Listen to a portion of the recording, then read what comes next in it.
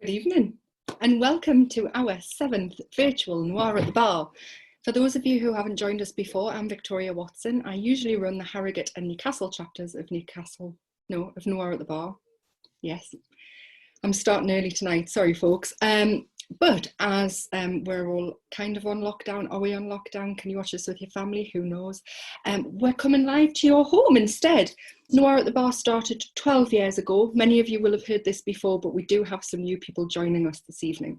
So hello to those of you tuning in the UK, in New York, in Iceland, in New Zealand. Thank you for joining us. Yes, so it started in Philadelphia 12 years ago, thanks to Peter Rozovsky. And since then, it's gone across America, it's come to the UK, and here we are. So, hopefully, you'll get the same experience as if we were in a bar. You do have to pour your own drinks, but you don't have to pay for them. So, you know, apples and oranges. There will still be books to win. I will keep posting the message, but if you would like to be entered into the draw to win a free book, please email this email address here, vnatb20@gmail.com, with the subject heading enter. If you want to tell us how much you're enjoying it, Simon and I always love to hear that, but if not, you can just send us a blank email. People do that. If you would like to tweet about us or talk about us on social media, please use that hashtag there, as people are now calling it VNatB. Yeah, so if you would like to help donate in order to help us keep the lights in the virtual bar on, Simon and I and all of our lovely helpers do this for free, but unfortunately the tech companies don't. So if you would like to donate, don't feel you have to. Noir at the Bar is a free event, but if you would like to, please just drop into Ko-Fi. In the meantime, tonight we have readings from Kate Rhodes, Mel McGrath, Nick Quantrill, Elizabeth Drabble, Claire McGowan, Phoebe Morgan, Sarah Hilary, Sarah Vaughan, Mary Paulson-Ellis and Anne Cleeves. Just before we kick off tonight, I am going to share another Noir at the Bar memory with you. Some of you may remember this and some of you may still have damaged ears because of it. This week I would like to remind those of you who were there about the time I introduced Shelley Day by singing Sherry by Frankie Valli down the microphone. I apologise to all of you who were there and I hope you recover one day. On with the show. If you would like to give me a drum roll while I'm pulling names from the hat, I would be ever so pleased. And if you hear anything that you think is particularly impressive, please do give us a woo. So the names are in the hat. Who's first? It is Elizabeth Drabble. Elizabeth Drabble is currently unpublished, but is to self-publish her own collection, Dark Fairy Tales, in June, whilst also working on her first novel, Alan, a supernatural story of tea, biscuits and death. She genuinely thought she would write light-hearted stories until she joined the elementary writing group. So everybody, without further ado, please welcome Elizabeth Drabble.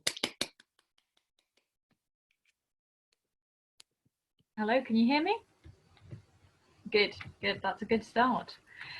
Right, yeah, so I'm Elizabeth Drabble and I'm going to read a short piece from Alan, my work in progress, about death, the character, not just the state of being. And he's just about to be introduced to his new charge. So, but there is some mild swearing in this, by the way. The fog was thick. It made everything feel a bit more grim and groggy. It was close and uncomfortable. He could see a woman.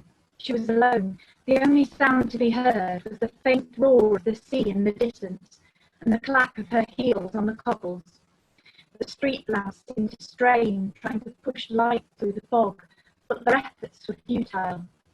Only a few thin beams shone dimly through the mist. Her thoughts, mixed with his, focused entirely on fluffy pyjamas, chocolate and good bad TV. The woman quickened her pace. She needed to get home from this awful day. She had no reason to stop, no reason to pay attention to the thing just out of the corner of her eye. But she did. A light, bright, even in the mist, it was dark red and tempting. The light seemed warm, inviting and odd. She shouldn't look at it. She did. The light seemed to be coming from a doorway.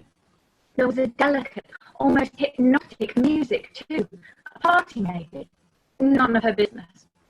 But she found herself turning towards the light. She didn't want to. She'd missed her metro. She wanted chocolate, not mystery. But still she found herself about to cross the road. Her foot faltered. She really had no intention of crossing, and yet she couldn't help herself. No, don't, he told her. But the intoxicating music began to pull her against her will. She became transfixed by the red light. Nothing else seemed real or important. She had to see. She had to know. What she didn't see, what she didn't know, was there was a large and fast Mercedes speeding down the road.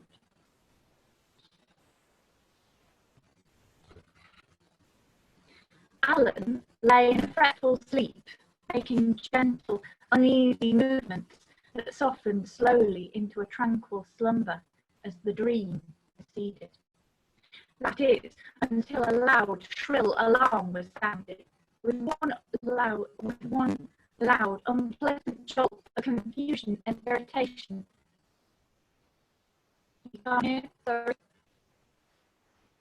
Sorry, Elizabeth, your microphone seems to be breaking up. Oh, I'm so sorry. That actually sounded better. Does it work better here? Yeah, it does. Is that better? Okay. Thank you. Lean over, you guys. Sorry for the big scary face. Okay. That is, until a loud, shrill alarm was sounded, with one loud, unpleasant jolt of confusion and irritation, a flash of half-remembered dream. Alan was awake. He reached over and gave his alarm a hefty whack, then rolled over again. To his utter disgust, the alarm began again, this time at a higher and infinitely more infuriating pitch. With a rough hand, he grabbed the clock, held it to his face, viewing the time with a weary eye. Alan threw it across the room, slumped back in his warm bed and defiantly closed his eyes. It's 9:30 in the bloody morning, his thick Yorkshire accent sounding gruff. He rubbed his temples. It was well documented in the society that Alan was not to be woken earlier than noon. Of course he could risk it, but most people were put off by the barrage of abuse levelled at anyone willing to try. Noon was definitely more his time of day, better still evenings. Alan came to life in the evening. Drink in hand, his usual jovial Yorkshire banter flowed with the pints. He often created quite a warm atmosphere, welcoming newcomers with a cheeky smile and gentle "now then, son," followed by a wink. Generally, within society, Alan was the man you wanted to be paired with, particularly if you were new. His easygoing manner and calm acceptance of any given situation tended to put the nervous at their ease. Yes, Alan was a pleasure to be around in the evening, never in the morning. Only one would dare to wake him at this time. "Bugger off, Anita, I don't start till 1, he said, rolling over. "People don't tend to die in accordance with your schedule, I'm afraid," she said in her usual flat, uninterested manner. "It's Harry's shift. Go get him." "I don't want him. I need you," she replied irritantly, and pulled the sheets off Alan. He groaned and risked opening one eye. The room was still dark. The curtains remained closed, but he could still see the blurry outline of Anita. She stood, arms crossed, statue-like, still and cold. Hardly human, Alan mused to himself, soothing by far. She loomed over him, staring with her icy grey eyes, the skin on her thin face pulled tight with the force of a large bun atop her head. Her features were pointed and sharp. She might have been pretty if she'd loosened up a bit. However, loose was not Anita's way. definitely not a good match for Alan. Too uptight, and she had the serious flaw of always being composed in spite of the time of day. Annoying. Too perfect at her job, and definitely too severe. She had the opposite effect to Alan on new recruits. Anita had been known to reduce a man to tears with the mere flash of her eyes. Upon joining the society, Anita had been offered a very hasty sideways move into middle management. In organisation, she was queen. With people, well, even the dead found her unnerving. Oh, come on, Alan. I told you, get Harry. And I told you, I don't want Harry. I need you, and I need you now. Well, climb in then, love. I'm not as young as I used to be, but I'll see what I can do. Staring open the second eye, he flashed a cheeky grin. Anita whacked his leg, removed his sight from the wall, and thrust it into his weary arms.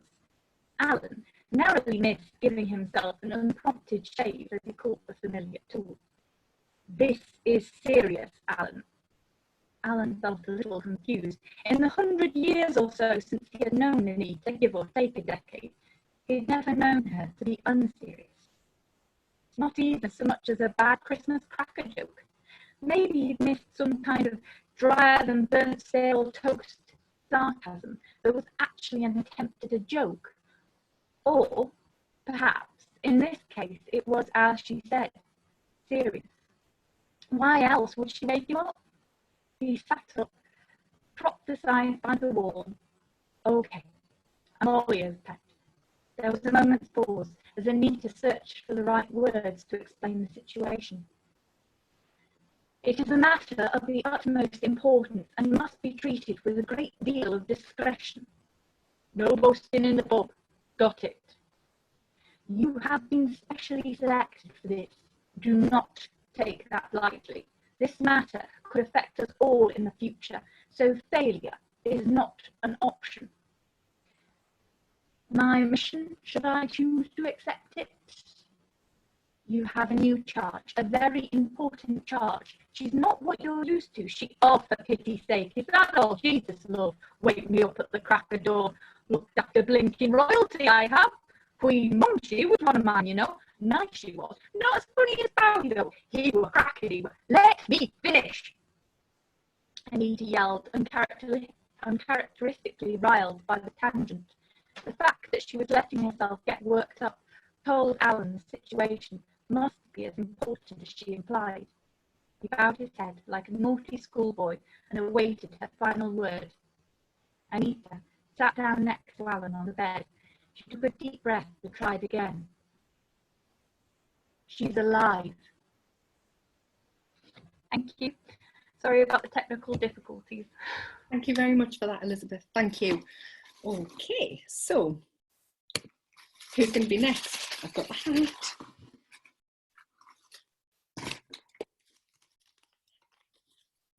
Mary Paulson-Ellis.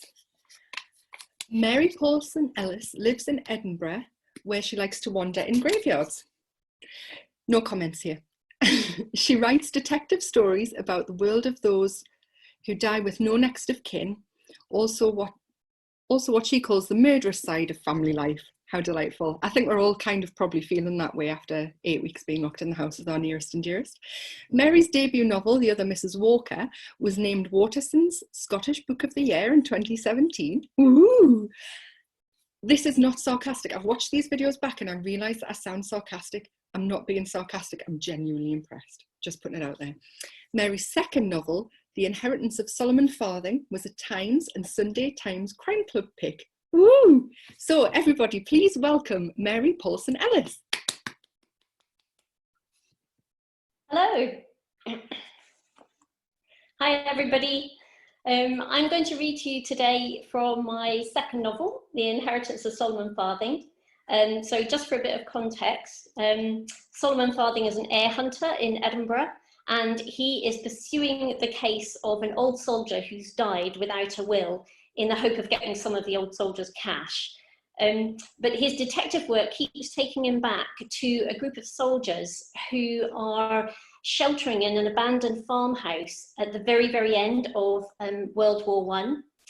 And these soldiers are like my family for the purposes of the murderous side of family life. And the soldiers are basically waiting for their orders to attack to arrive, or for the end of the war to come, whichever it is going to be first. And while they wait, they play games and they gamble, and therein lies their downfall. And I'm going to read you a section of one of the games that they play from quite early on. And there is an occasional swear word, just for warning, and also apologies to anybody who has chickens. In the yard, Second Lieutenant Ralph Spenson laid down the rules for the latest game of chicken. No cross bets, no multiples, 1 mark only per man. All the section gathered round, eager to join the fun. It had become a routine over the last 10 days, the bets on which bird it would be this time. The black one, the red one, the one with the crooked beak. After that, the chase. Ralph Spenson had proved a valuable source of treasure over the last few days. Shillings rather than pennies, bootlaces rather than string. Once even an OXO cube, won by Flint, who wouldn't let anyone share. Only James Hawes, the temporary sergeant, still refused to play. Not my kind of game, sir, the second week of his resistance. Ralph was not amused. He stood before Hawes in the mud now, hair smoothed back, thumbs in his belt loops, frowning at the temporary sergeant. It might have to be Hawes when we receive the orders. Hoping it won't come to that, sir. We all have to do our duty. Hawes didn't reply, big hands stuffed into his pockets, freckles bright amongst the grey. The temporary sergeant had fought several battles already. Duty would not be the reason he took part in any more. Ralph flicked his strange eyes away, then back again. You're not afraid, are you, Hawes? He pressed. Hawes scowled, muttered something beneath his breath. Ralph stepped closer. What did you say? Hawes refused to raise his eyes from the ground. Nothing, sir. Yes, you did. Nothing important. The younger man flushed, a sudden colour rising in his cheeks. It's important to me. The ex-abattoir man paused then, lifted his gaze to fix it on the second. I said, I'm not the coward around here. Ralph's face shone hot in the damp. They all knew he had never fought in any battles, whatever the rank on his sleeve. It was Bertie Fortune who stepped between them, held out a helmet turned upside down to make a bowl. Throw in your bets, gentlemen, or it'll get too dark to play. He asked the question they all wanted the answer to then. What will you be betting today, sir? How about those woodbines none of us seem able to get our hands on? Ralph frowned as Hawes took advantage of the lucky man's intervention to turn away. Let's keep them for a big game, shall we, Fortune? When might that be then, sir? All the men looked forward to a big game. It was when the real treasure appeared. For a moment, Ralph's eyes shone pale in the grey light, a kind of absence at their centre. When we get the orders, he said. What if we never get the orders, sir? Then you lot will never get the chance to win. Fortune smiled at that, offered up his makeshift bowl again, and Ralph rummaged in his pocket for a penny to toss in, then hesitated, drew out something else instead. A regimental cap badge belonging to a member of the London Scottish, a tiny lion at its centre raising its paw. Also the motto, Strike Sure. The men jostled to see the shiny little thing lying in Second Lieutenant Spenson's palm. A cap badge was proper treasure, could be bartered for all sorts. Walker whistled, that's a beauty. Jackdaw jiggled on the spot. I'd like a shot at it, just like his namesake. Jackdaw loved to collect shiny things. But the older men were frowning now. Bertie Fortune and Archie Methven, eyes fixed on the tiny treasure as though they recognised it from somewhere, but couldn't understand how it had arrived here. Second Lieutenant Spenson did not belong to the London Scottish, as far as they knew. Bertie Fortune turned to the young officer. Where'd you get it, sir? Ralph didn't reply, blinked twice at the section's lucky man. Fancy it, do you, Fortune? Could buy a lot of stuff with this. It was Percy Flint who interrupted. Who cares where it comes from? Let's get on with the game. Ralph was the one who was smiling now, staring back at Bertie Fortune with his strange eyes as though daring him to ask again. I'll bet it if Hawes plays, he said. Fortune flicked his gaze to where Hawes stood at the periphery of the group, half in, half out of the circle, hands still thrust deep in his pockets. I'm not sure the sergeant wants to play this time, sir, said Fortune. Afraid he'll have to wield the knife, said Ralph. No, but I know a coward when I see one, Fortune.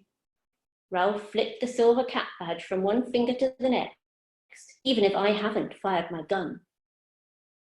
Let's see it then. James Hawes spoke so quietly that none of the men were sure they'd heard at first. They shifted as the temporary sergeant pushed forward to see what the second lieutenant held in his palm. Fortune put a hand on Hawes's sleeve as though to restrain him, but Hawes shook him off, a rough gesture. All of them saw how the temporary sergeant's neck coloured a deep raw crimson as he stared down at the little cap badge. There was silence, nothing but the scritch and coo of the remaining chickens to remind the men of what they were betting for.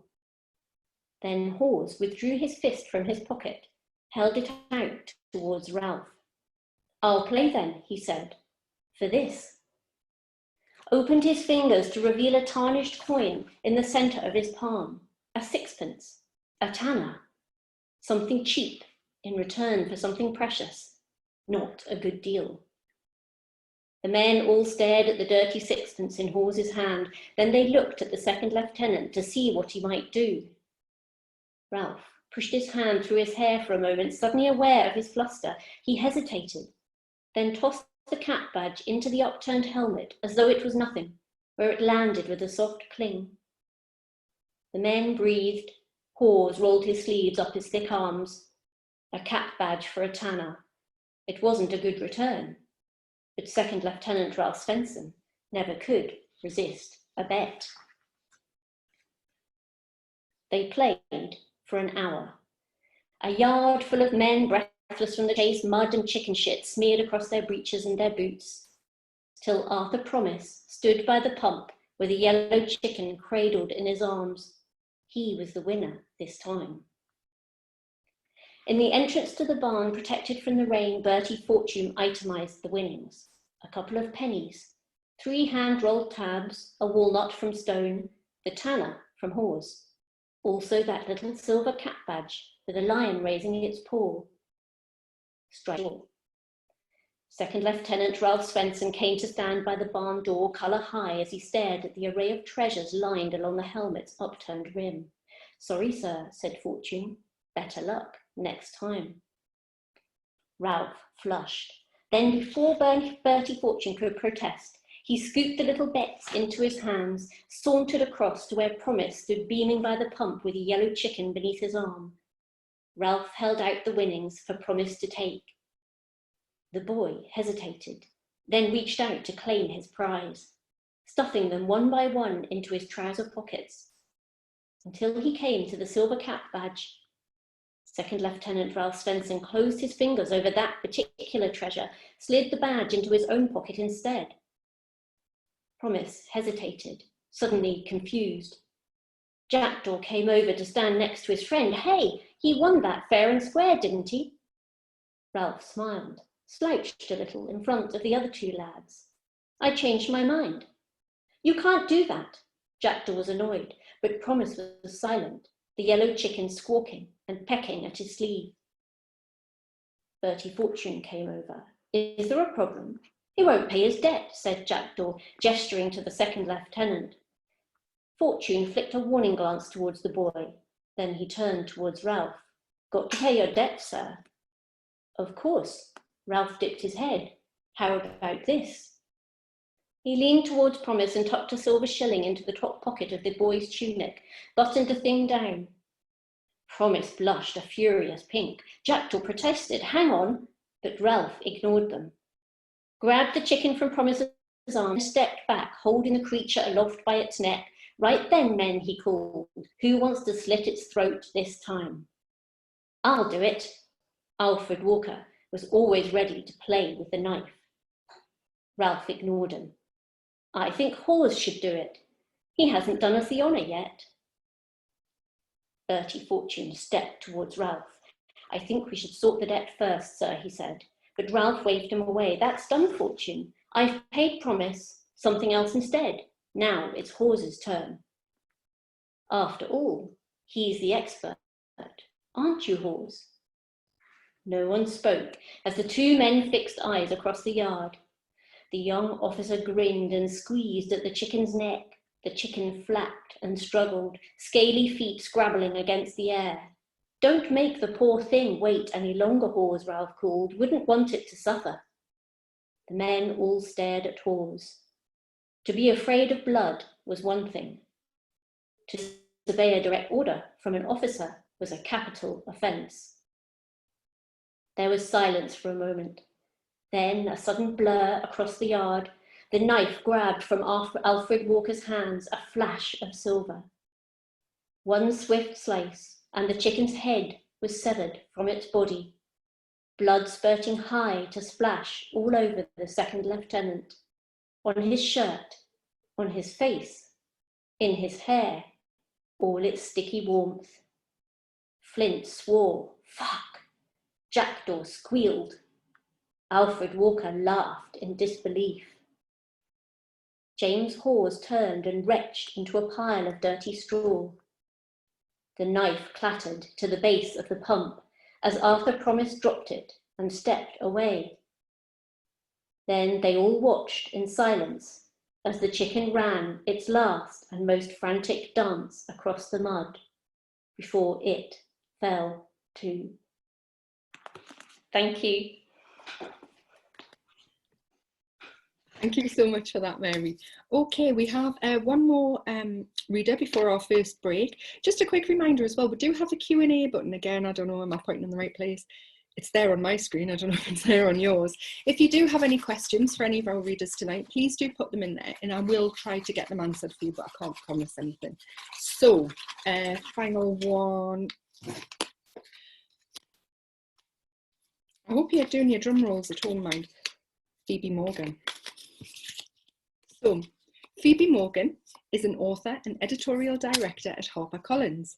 She is the author of 3 psychological thrillers, The Dollhouse, The Girl Next Door, and her new release, The Babysitter, which are all published by HQ. In her day job, she commissions and works with a range of commercial fiction authors and writes her own books at the weekends. So she's quite busy. So we really appreciate you taking the time to read for us tonight, Phoebe. Everybody give a big round of applause for Phoebe Morgan.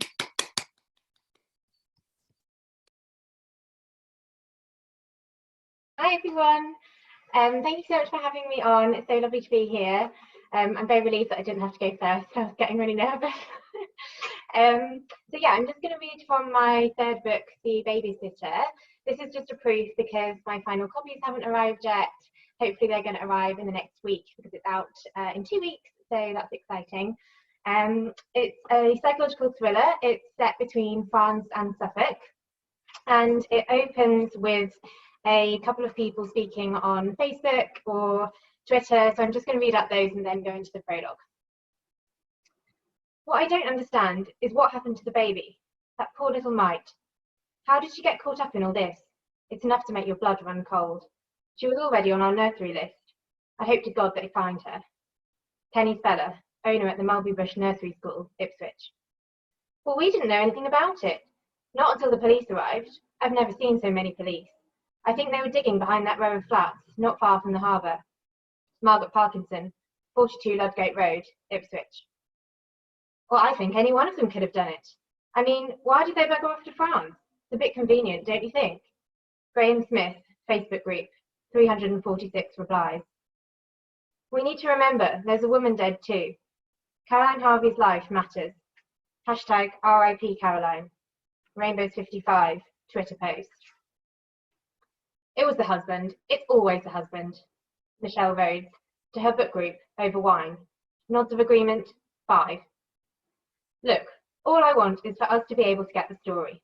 The whole story of what happened that night. Our readers deserve the truth, don't they? Jessica Coots, news editor at the East Anglian Daily Times. Prologue. France, 13th of August, Vaughan. The day my husband is arrested on suspicion of murder is the hottest day of the year. Sweat is clinging to the underside of my arms. My top, hastily thrown on at the sound of the bell echoing through the house, is unflatteringly tight around my stomach. Dark lines of perspiration are beginning to appear on the clingy white material. The bell is an old-fashioned one, pulled by a thin piece of rope hanging by the door of the villa, and the noise of it wakes us all up, me, Callum, our daughter Emma, and my sister, Maria. My eyes alight on the digital clock. It is 9:03, and we have all slept late. We are on holiday.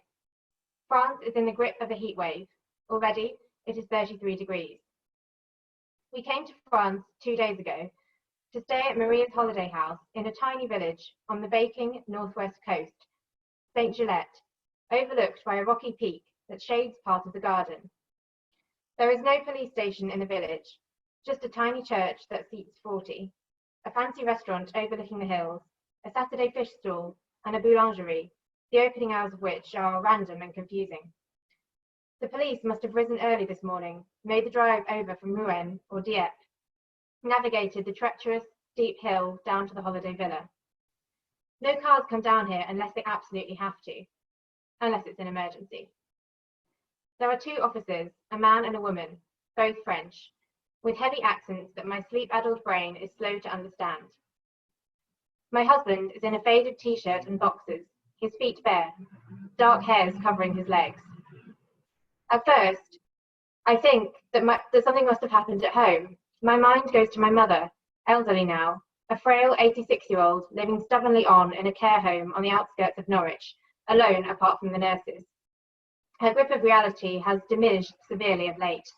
It's been a few weeks since I've made the dutiful trip to see her, and guilt squeezes my insides, fast and unpleasant.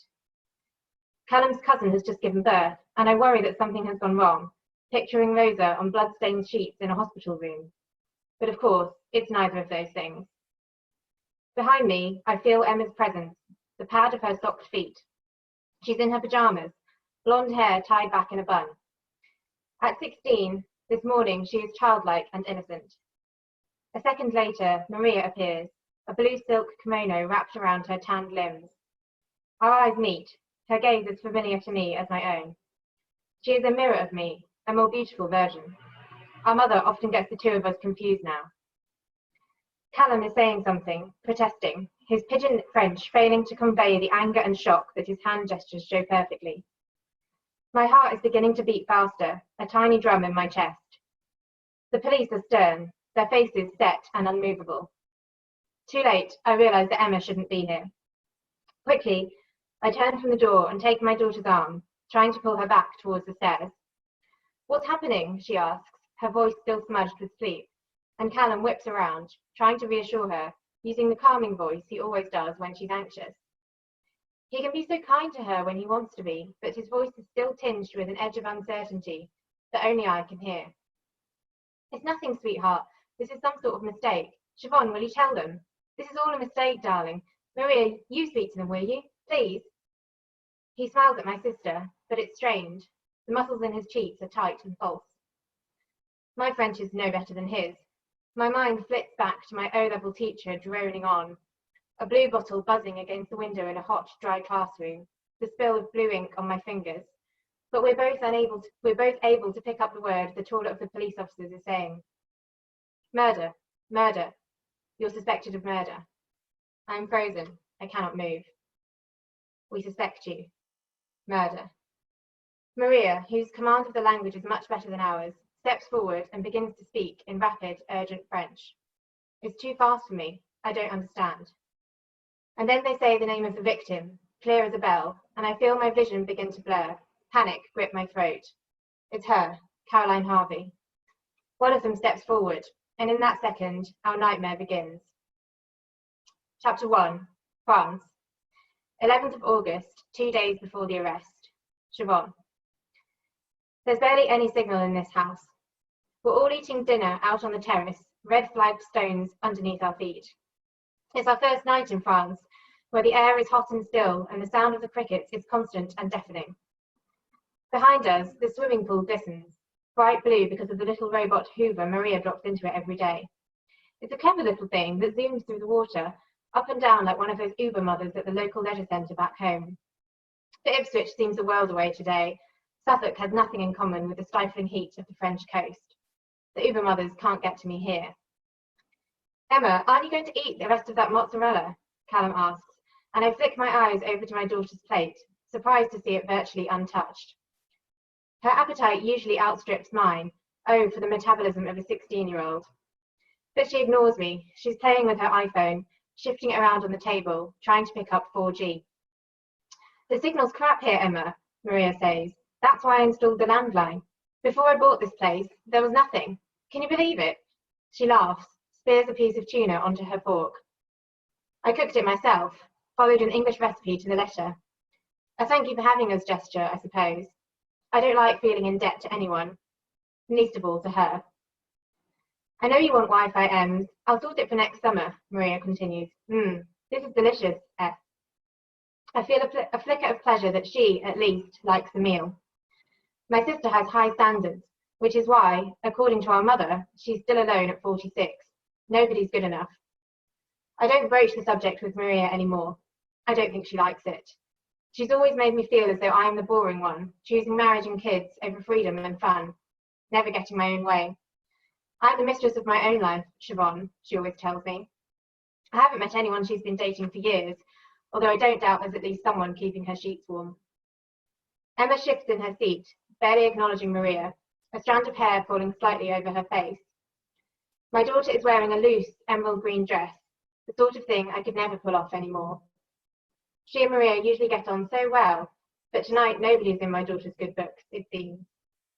My husband's gaze falls on me, and I can almost feel him willing me to step in, to snap at her, to cajole her into coming out of whatever strop she is in and eat the food on her plate. In this scenario, i.e. an Emma mood, I'm usually the bad cop. But tonight, I'm not going to be. After all, I'm on holiday, and I've already cooked the meal, done my bit. Instead, I take a long sip of my wine, sourced from the nearest vineyard, bought for us as a welcome gift by Maria. My sister has owned the villa for 2 years and is still in the process of perfecting it. She's an interior designer with her own business, forever carting expensive rugs and must-have lamps to and fro across the channel. As a result, the house is an enviable mishmash of English antiques mixed with French chic. It was her idea for us all to come out here this summer and make use of it, partly an excuse to show the place off, I'm sure, but hard to say no all the same. You need a break, she said, and for a moment I wondered if she knew more than she let on about Callum and I, but it's doubtful. I haven't told anyone about the latest development, not yet. I'm still deciding what to do. Callum booked the flights for us a few months ago, and the 3 of us flew out here from Southend, whilst Maria drove a car full of antiques sourced from a Suffolk auction house through the Channel Tunnel, arriving just in time to let us in and see the envy flit across our faces. I was anxious on the way to the airport, worried about how the holiday would pan out. This might be the sticking plaster that keeps our family together. Either that, or it's the tear that pulls us apart. In this second, though, I'm glad that we're here.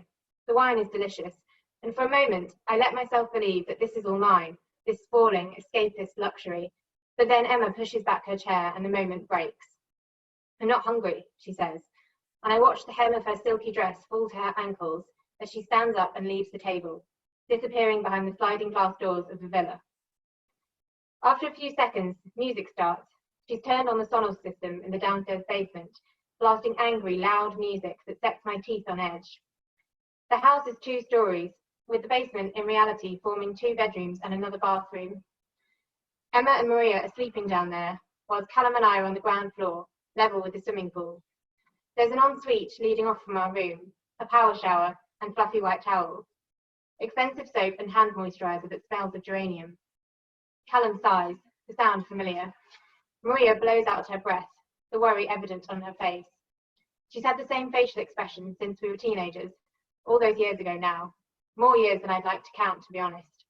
I turned 44 in the spring. Still, I'll always be her younger sibling. That's something, I suppose.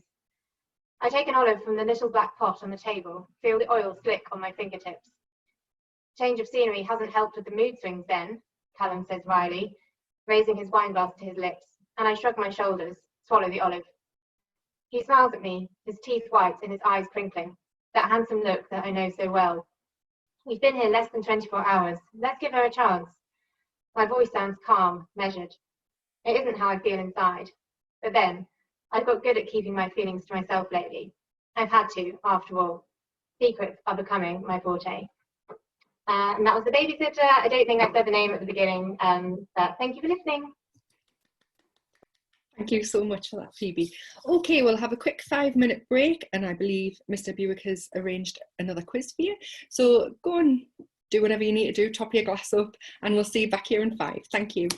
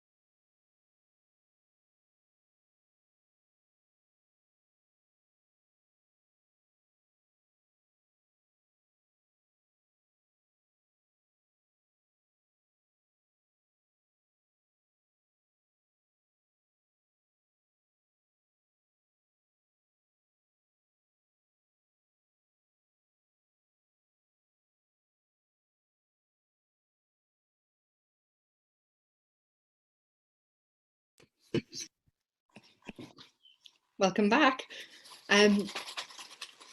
So thank you very much, first of all, to all of you for joining in, and to our first 3 readers, Elizabeth Drabble, Phoebe Morgan and Mary Paulson-Ellis, who is going to be next out of the hat. And for those of you asking, yes, it is a new hat. The other one disintegrated in my house the other week.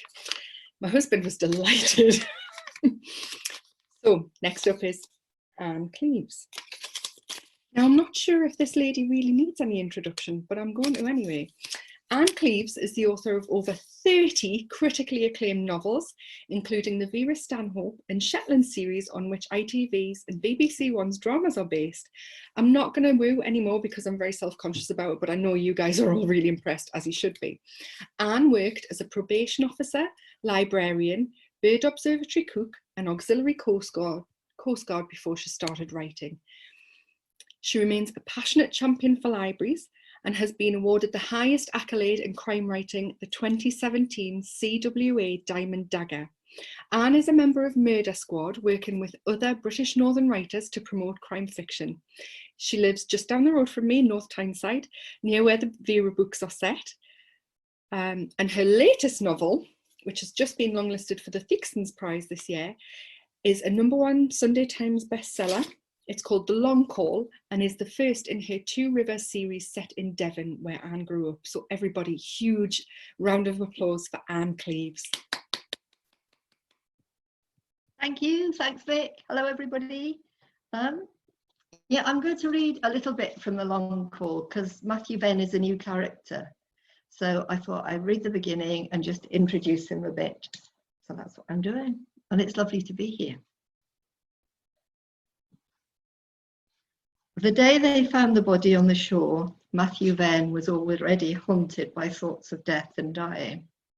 He stood outside the North Devon crematorium on the outskirts of Barnstable, a bed of purple crocus spread like a pool at his feet, and he watched from a distance as the hearse carried his father to the chapel of rest. When the small group of mourners went inside, he moved closer. Nobody questioned his right to be there. He looked like a respectable man, a wearer of suits and sober ties, prematurely grey-haired and staid, not a risk-taker or a rule-breaker.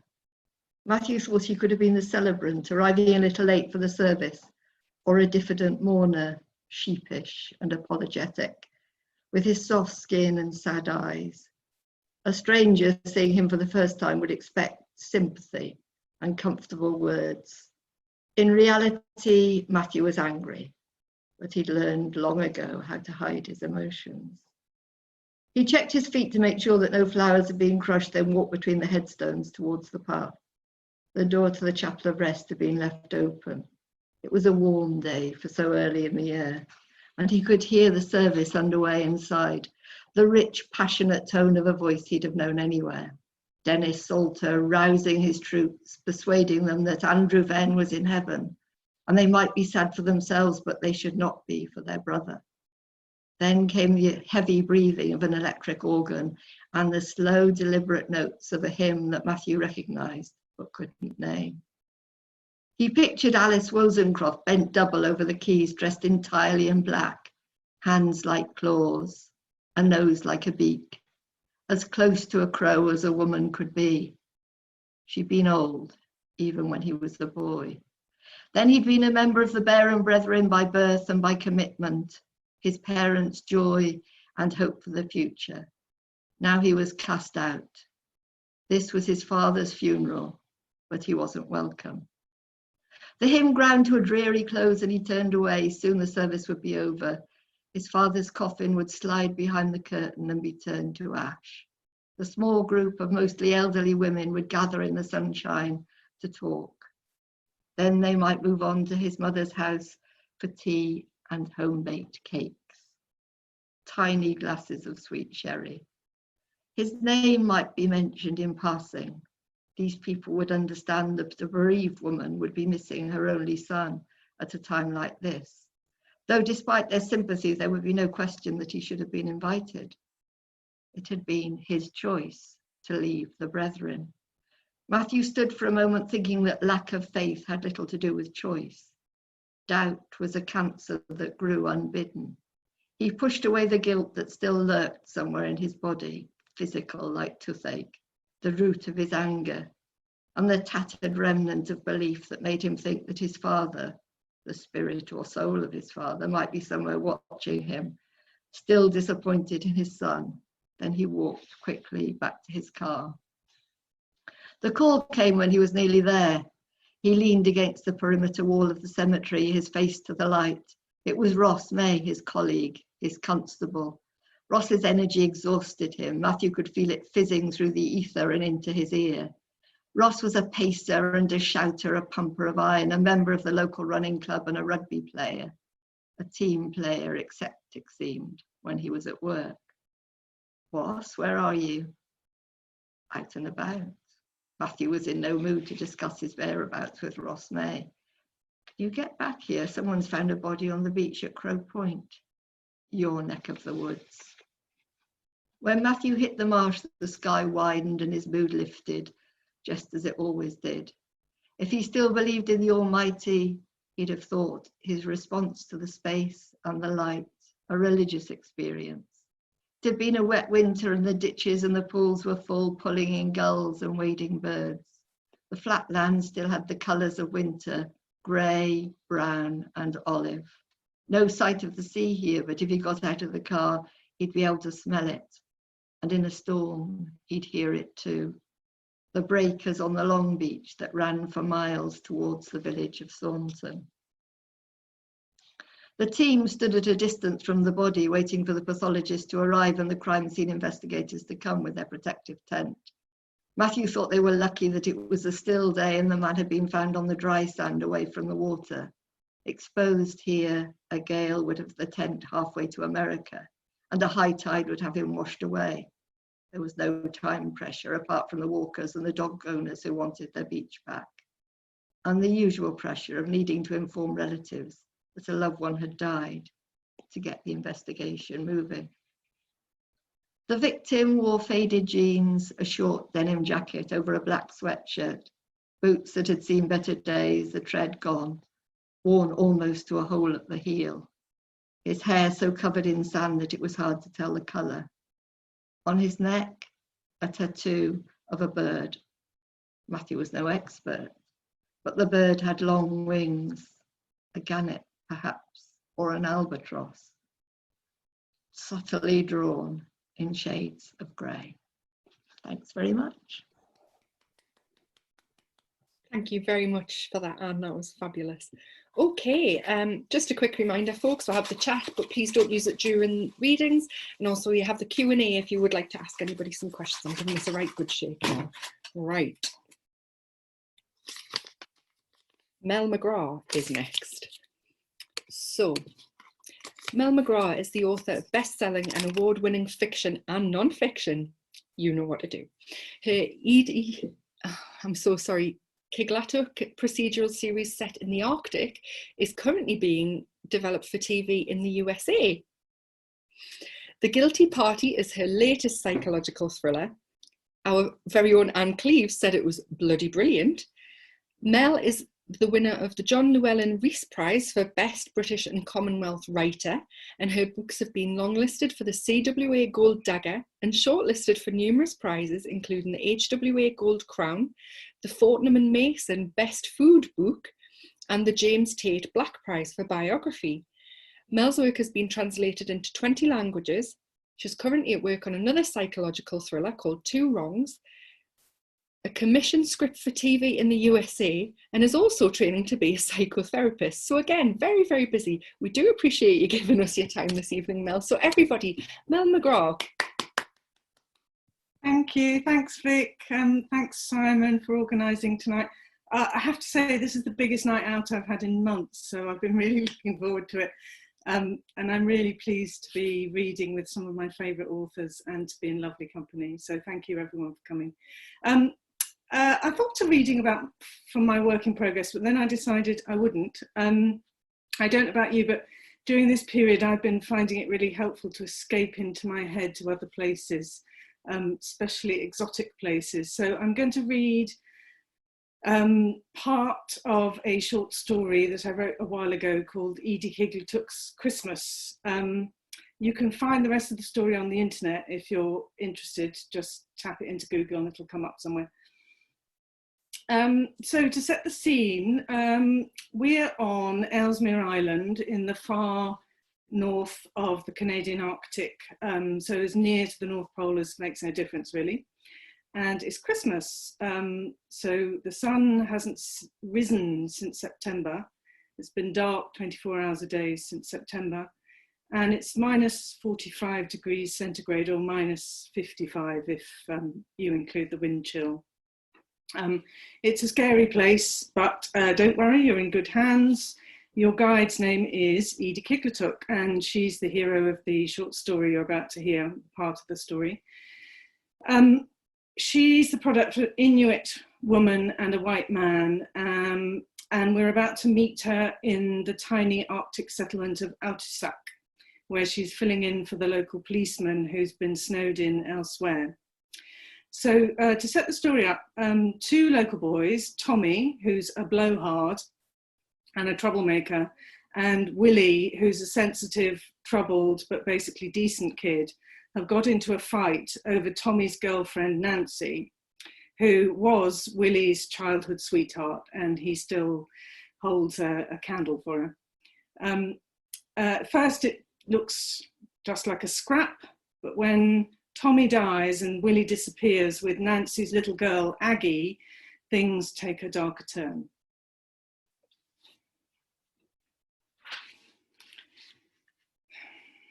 Willie had turned up at Edie's door several weeks back after the halfway house had thrown him out, loaded and refusing to talk about it. During the few days he'd stayed with her, she'd sent him to old man Coppercudge to pick up some old age Inuit wisdom, while she worked on Freddie, the superintendent, to persuade him to take him back. She had some history with Coppercudge, had rescued him from a bad situation one time, and he hadn't forgotten. Willie had returned from the old man's schooling, bright-eyed and babbling at all the knowledge he'd picked up, and anxious to get himself back on track. A couple of times she'd seen him heading out on foot to the track which led to the old man's house, and he'd smiled and waved. This time she really thought he'd cleaned up his act. And now he'd gone missing, 4 days before Christmas, with a possible murder rap and temperatures hovering on the wrong side of minus 45. Willie's parents, Giuseppe and Lizzie, had gone to ground. Edie found them hiding out in the house of a distant cousin with a large bottle of Canadian mist whiskey. In the last few years, they hadn't had much to do with their son, and it was clear from their hostility to Edie's visit that they didn't want to have much to do with him now.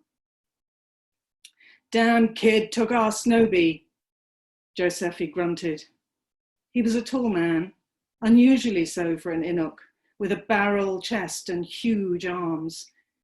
Years of booze had ruined him, but he must once have been powerfully frightening to a skinny kid like Willie. "The snowmobile isn't top of my list right now," Edie said. Giuseppe shot her a look. There was guilt there, but resentment too. "Well, that's just fine, lady, but who's going to get us another one?" he said. "We ain't got no money." "You help me find your son, you get your old Snowbee back," Edie said.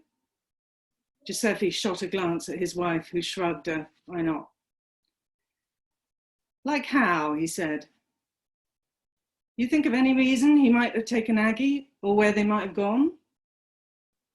Giuseppe shifted in his chair, hawked up some phlegm, swallowed it.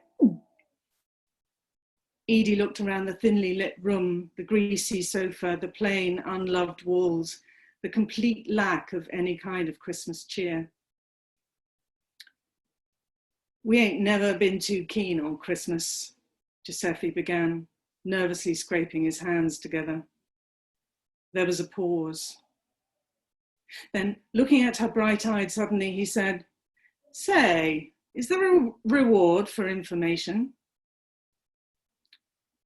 On Edie's way back into town, she passed the land search team heading out towards the tundra the mare waving to her as they sped by, their headlights cutting wires of light into the darkness. Unless they had some idea of where to look, they'd have trouble finding Willie. The wind was taking away vehicle tracks as fast as they were made. But Inuit were nothing if not dogged, and there was a kind of glee in their voices Edie didn't much like. She knew that tone only too well.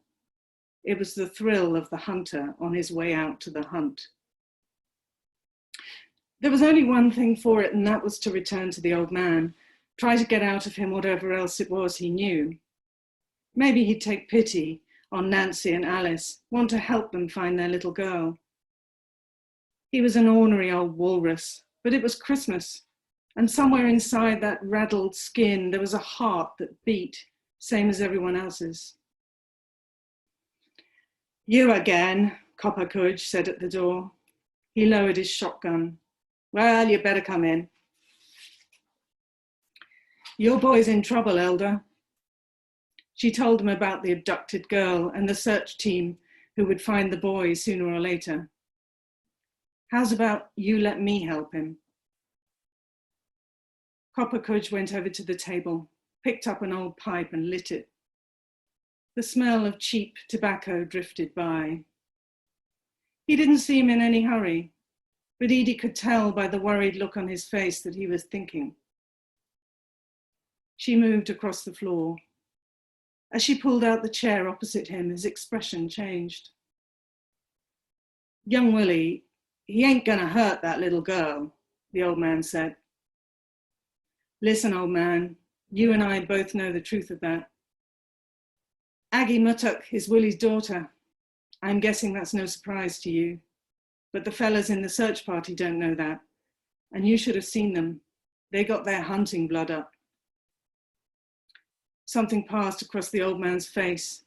Concern, a little anxiety maybe. "Now's the time to talk, Elder," Edie said. Coppercudge nodded. "Not long after you left, Willie came by the old cabin at the back for his komatik, hitched it up behind his snowmobile. Honestly, I don't know where he went," the old man said. Edie shot him an icy look. He was holding back. Coppercudge shrugged. "Really, lady, I don't have no clue. You might follow his tracks a while." "I might, if the wind wasn't a giant broom today. No tracks to speak of left, which is just as well for Willie, because I don't want to think what'll happen to him if I don't get to him first." The old man was biting his lip now, genuinely worried. "All I know, he took his baby and his komatik." Edie pondered this a while. Then an idea bubbled up. She stood up, pulling on her mittens, snapping her snow goggles back over her eyes. "I'm going to give it my best guess," she said. "For Willie's sake, you better hope I'm right." The old cabin was on the lee side of a bluff, out of the wind, which was a bit of luck, since the remnants of snowmobile and komatik tracks were just visible, leading away to the east. The prevailing winds were northwesterly. Travelling east meant going in the same direction as the wind and snow, which wasn't just faster, but made visibility much better too. She set off, the tracks quite quickly giving out as she rounded the buff and moved out onto the windswept tundra. But now she had more of an idea where she was heading. She navigated around the bluff towards the coastline, keeping a steady speed, then turned in at the headland beside the glacier, making her way up a steep slope. Far, far into the distance, the pinprick tail lights of the mayor's search party were bobbing along low, like stars kicked from the sky, in what she hoped very much was the wrong direction. Thank you, Mel. I'm going to stick with you for just a second, if that's all right. That reading was brilliant. I've got a question from Jackie McLean. Fascinating backdrop. Why this part of the world? Well, the short answer is that I visited it a few times. I've been incredibly lucky to be up there, and it's an amazing part of the world. It's a kind of wonderful epic landscape, and in the Arctic series, the Arctic is kind of one of the main characters. But it's also like a little fishbowl, so it's like a little, it's almost like a locked room mystery place. And everyone knows everyone, and everyone knows their secrets, and everyone knows everyone else's secrets, except when they don't. So there's all kinds of reasons why I wanted to choose it. Excellent, thank you. And thank you again for that reading, it was great. We've got a question for Anne from Dan Stubbings. Anne, you have so many amazing protagonists. Do you know before you start writing which protagonist the story will be for? And if so, how do you choose?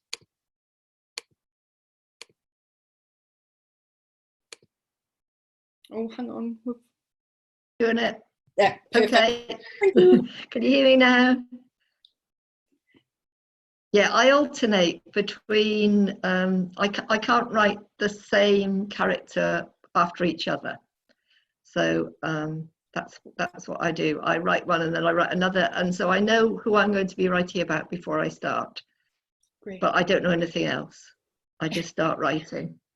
And you're not a plotter, are you? I'm not a plotter at all, no. So I have my character, I have a vague idea, I have a premise and a voice and a place. And that's it. You just go with it. Thank you very much for that. Okay, on to the next one. God, we're spoiling you tonight, aren't we? Right. Nick Quantrill, our only chap this evening, so be kind to him. Nick Quantrill was born and raised in Hull, an isolated industrial city in East Yorkshire. His trilogy of private investigator novels featuring Joe Garrity are published by Fahrenheit Press, with the fourth, Sound of the Sinners, due out this summer. Nick is also the co-founder of the Hull Noir Crime Writing Festival and an all-round top chap. So everybody please give a huge round of applause to Nick Quantrill. Great, thank you very much, Vic. And great to see so many names down the side of the panel there. People I've not seen for like months, isn't it now? So this is like the big night out for everybody, I think, innit? So great to see you all. I'm going to read two short pieces for you tonight. The first one is from Joe Garrity, book number 4, Sound of the Sinners, which is out this summer, all being well with Fahrenheit Press. I left book 3, The Crooked Beat, with Joe Garrity walking out of Hull in the very last scene. He's had enough of the city. He's fallen out with his colleague, Don, who runs his private investigation agency with him, and he's just not going to come back. But of course, he has to come back, and this is the reason why. This is the opening scene in the book. The village of Paul on the Humber marked where land started to give way to sea. An overgrown ditch ran parallel to the road, deeper than it looked at first glance, a keeper of its own secrets. It was a spot where Don had died.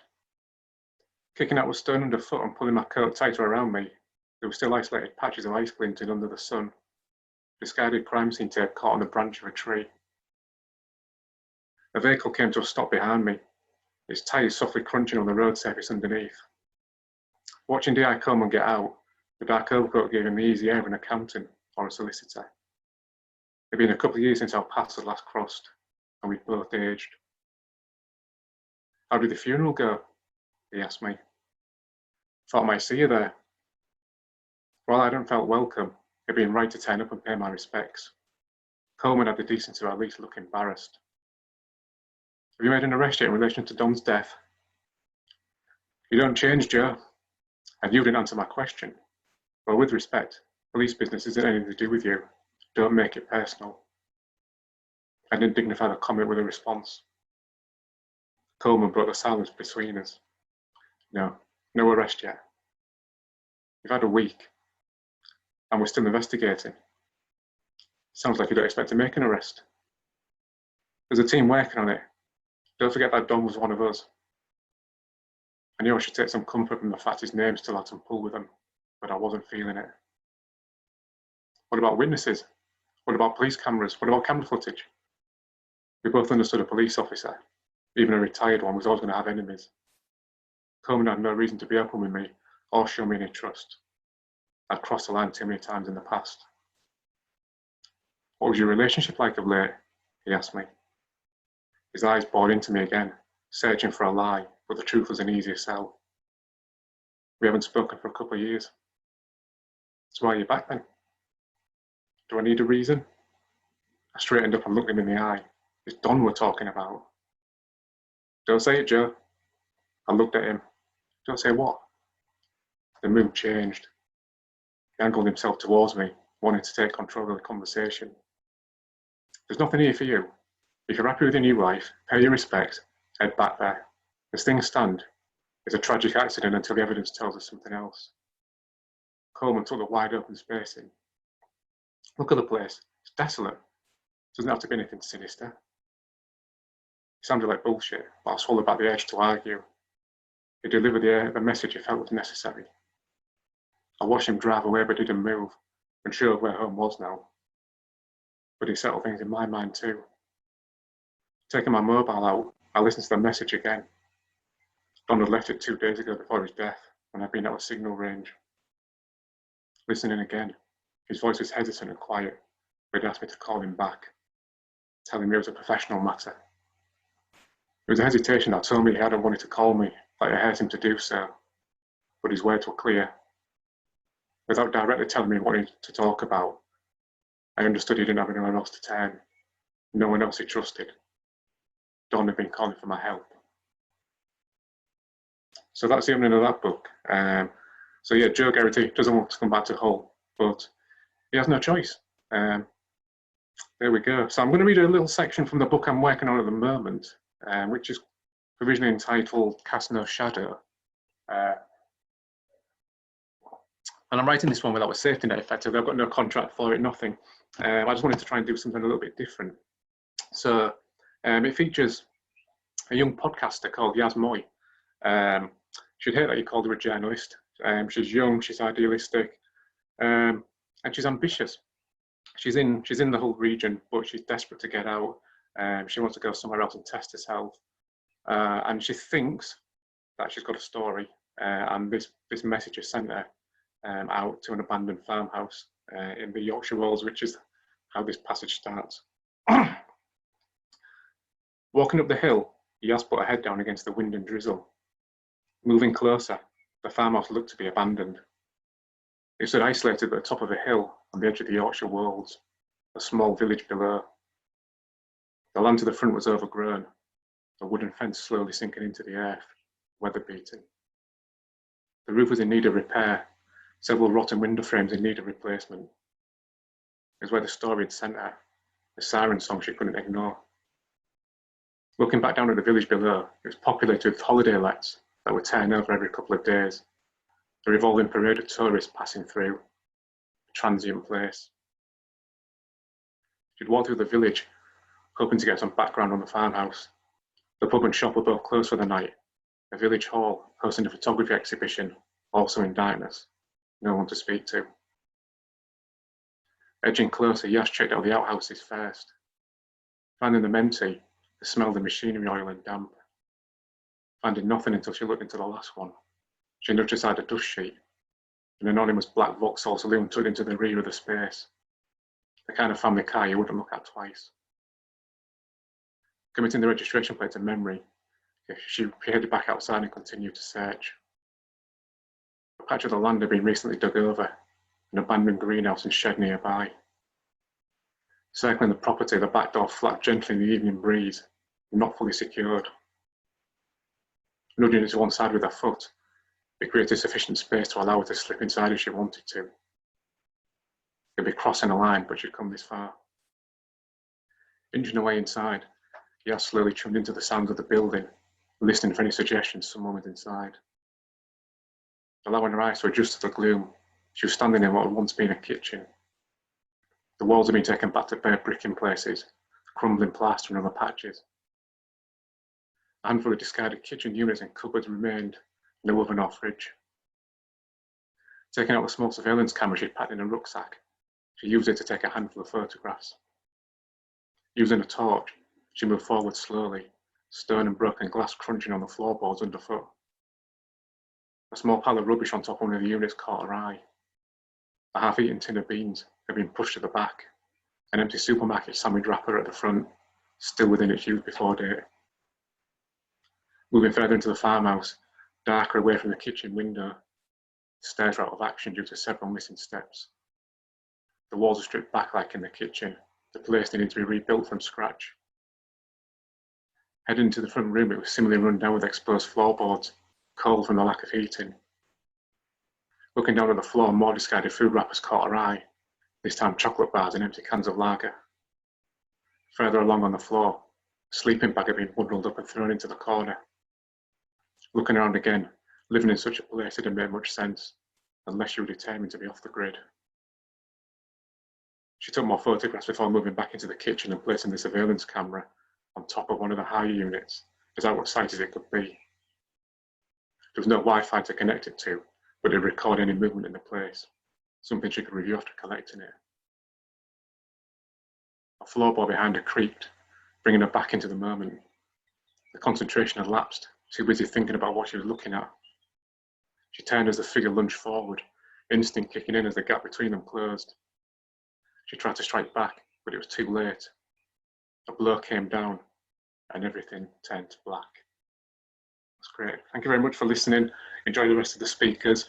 And if you come to Hull Noir next March, maybe that novel will be finished. Thank you very much. Thanks, Vic. Thank you very much, Nick. We're actually going to come back to you because we've got a question for you. Louise Fairbairn's asking, after so long with Jo, why the change to a young female protagonist? Yeah, it was really because I'd written those 4 novels with Jo and I'd wrote them in the first person. So it just felt like I wanted to try and write something with more viewpoints in it. And I was really keen on tackling this idea of journalism and this sense of a new type of journalism that's coming through with podcasts and writing for these kind of websites that are more subscription based and so on. It was just a different way, I think, of tackling an old favourite. Great, thank you very much. And thank you again. Great. Thanks, Louise. Okay, so we'll have one more reader before our next break.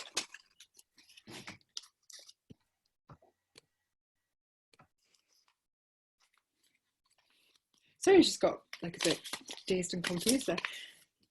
Claire McGowan. So, Claire McGowan is the author of the Paula Maguire crime series and several standalone thrillers, of which The Other Wife is the most recent. She's also the writer of women's fiction as Eva Woods. Claire also writes for radio, TV and film, and she's going to be reading from her forthcoming novel, The Push. So again, a very, very busy person, and we really appreciate you giving us your time tonight, Claire. Everybody, Claire McGowan. Hi everyone, can you hear me okay? I assume you can, yes.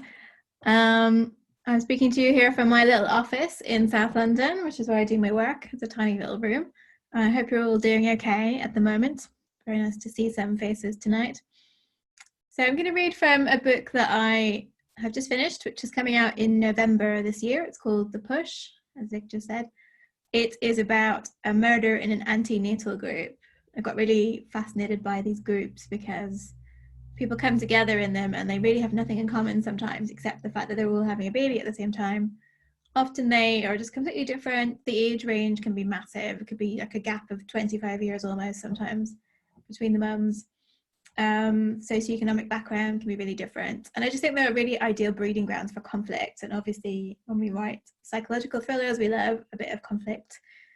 So this one isn't out yet. I do have a book, my most recent book that is out is called The Other Wife, which is also about middle-class people generally having conflicts. That's what I like to write about. It's actually quite relevant for the moment as well, because it's about a woman who is also pregnant. So the main characters in both my last 2 books have been pregnant. And she's kind of isolated with her husband in a small cottage, and she doesn't get on very well with him. So it is actually quite relevant for now, I think, but I'll read from this one instead, which is the new one.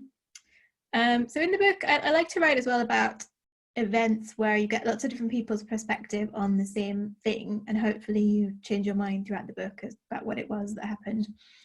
Because I just love to make life hard for myself with lots of different viewpoints. So in this one, I have a detective character, Alison, who we'll hear from. The main character is called Jax. She is pregnant for the first time in her late 30s. Her partner is much younger than her. He's 24, which is something she's quite self-conscious about. And the book sort of goes back about 10 weeks before this incident that happens at a suburban barbecue, which is to celebrate the end of the antenatal group and everyone having had their babies. So Jack's story starts before that and leads up to it. Alison's story starts the day of the barbecue when someone has died. We don't know who's died for quite a while. And then we also get all the viewpoints of everyone else who was at the barbecue. So there's quite a lot of people, lots of secrets, lots of things to hide. So I'll start now. This is the prologue. The babies all look the same. They lie in a circle on a patterned rug, heads in, legs fanning out like stars. They will grow up to be so different. Some rich, some poor, some happy, some sad, some hearty, some sickly. Their lives will be determined by the jobs of their parents, the street where they live, their skin colour, their gender. But for now they are the same, despite the different skin tones and disparity in the cost of their clothes. Chubby blank canvases for the world to stamp its print on. It's Monica's idea to take the picture, of course. Her clamouring Instagram followers, at mum's the word, need to be fed. She calls it a flat lay, only with children instead of books and cups of coffee and flowers. Some of the group don't want their babies in the shot. Hazel raises an objection. We didn't want his picture online yet. And Aaron surprises them all with his dislike of social media, and at his age too. But Monica rides roughshod over them all, and so the babies in their blue and pink and yellow are arranged, and the shot is taken and Instagrammed and Facebooked and hashtagged, out there forever in the world, the children at 2 weeks old appearing in more digital impressions than recent ancestors would have in their lifetimes. The picture was taken at 2:35 p.m, the timestamp helpfully proved. The police would later have the task of trawling through every image taken that day, which was a lot. By 3:02 p.m, the murder had taken place, though of course it would be some time before they could even prove that's what it was. And now we go to Alison. There were 12 adults here, said Alison to the PC guarding the crime scene. It was a boiling hot day, just her luck to catch on-call duty during a heatwave. She'd grumbled about it as she headed to the car from her flat, her skin a slick of sun cream, and the sky denim blue. And part of her was pleased, despite the sweat pooling behind her knees. This was a big one. A death at a barbecue in this suburban corner of southeast London. A fall from a high glass-sided balcony. A £1 million house with blood spatter all over the rockery, and a dozen suspects screaming and complaining and having hysterics at various locations in the house and garden. Not to mention the babies. The babies. Alison was trying hard not to look at them, but they made themselves known, howling little bundles of pure need. She counted 4 dotted around the house, held tightly in arms. Some kind of antenatal group reunion. Shouldn't there have been 6 babies for 6 couples? She made a mental note to find out.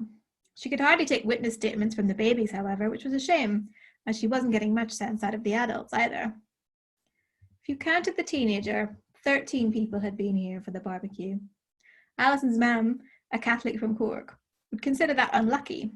One year at Christmas, Alison's brother Liam had been made to eat his dinner in the kitchen to avoid having 13 at the table. And it was true it hadn't ended well here. Someone was dead on a Saturday afternoon in June. A perfect sunny day, a barbecue, a reunion of a baby group. It should have been a happy event. Alison didn't often get called out to houses like this. The house was massive, 5 bedrooms, ultra-modern with marble and glass everywhere. The back garden was overhung by the balcony, which looked onto a collection of rocks and plants tumbling down the hills of the lawn, which in turn backed onto a park and even had a gate leading out to it. Bright green grass, hot blue sky, a smell of recently cooked meat, and clumps of people standing about wild-eyed and shocked. Alison was doing sums in her head. £1 million at least for this size, for the location. More maybe? She took a breath. What do I do with this? It was overwhelming for a moment, all these hysterical people who couldn't seem to answer a straight question, many of them crying, babies grousing, the heat, the dead body on the rocks. Then a sudden cloud drifted over the garden, and instantly it changed everything. The flowers now looked less jewelled, the food less appetizing, the people paler and more shocked. Even the body, crumpled on the rocks, suddenly looked smaller, more manageable, the blood less scarlet. As the heat dissipated from her head, Alison felt more in charge. She straightened up, adjusted her sweaty polyester suit. Right, she said to the constable guarding the body, who looked very young and unsure. Who owns this place? I'll speak to them first. Then we go to Jack's. This is 10 weeks before the incident at the barbecue. I used to be proud of my body. I wasn't obsessive about it. I still ate cake and most dinners and lay on the sofa on Saturday afternoons watching Poirot reruns and posting M&Ms into my mouth. But it was reliable. I rarely got sick. I could hike Monroe's and swim across lakes and survive an advanced spin class with Leslie, who had made more people cry than Toy Story 3. That was before. Since getting pregnant, I seemed to have lost control of it. It would arbitrarily start to leak or weep or flush red or demand to pee, despite being literally on the way out of the loo. Maybe it was overwhelmed, coping with what my GP called an elderly first-time pregnancy. I didn't feel elderly. Before this, I still wore miniskirts and went to festivals. Until meeting Erin, I'd stayed up all night at least once a month. I got ID'd in Sainsbury's often enough to carry my driving licence in my wallet. But despite all these things, despite the years I'd held time at bay, I really was 38. My body was showing me this by slowly crumbling around me with each new day of my pregnancy. The morning of that first group meeting, Erin found me on the bathroom floor weeping. What's happened now? He hunkered down beside me. I hiccuped. Can't get my shoes on. I'd overbalanced and almost fallen trying to tie the laces. Come here, I'll help you.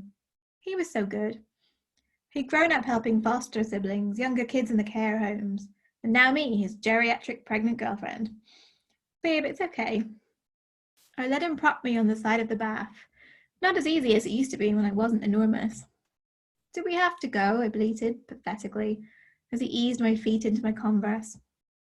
We've paid for it now, and it'll be good, come on. Meet other people in the same boat, yeah? It was true we had paid for it, and money was tight at the moment. The flyer had come through the door one day, a stock photo of happy pregnant ladies and their partners standing around some medicine balls. Antenatal group, meet other new parents and learn what to do. That sounded good to me. I had no idea what to do. But all the same, now it was time I felt afraid. Nervous in some way I didn't understand, like I was about to take a test, one I hadn't studied for and wasn't at all sure I would pass. Erin had a way about him, gentle but steadfast, that could get me to do almost anything.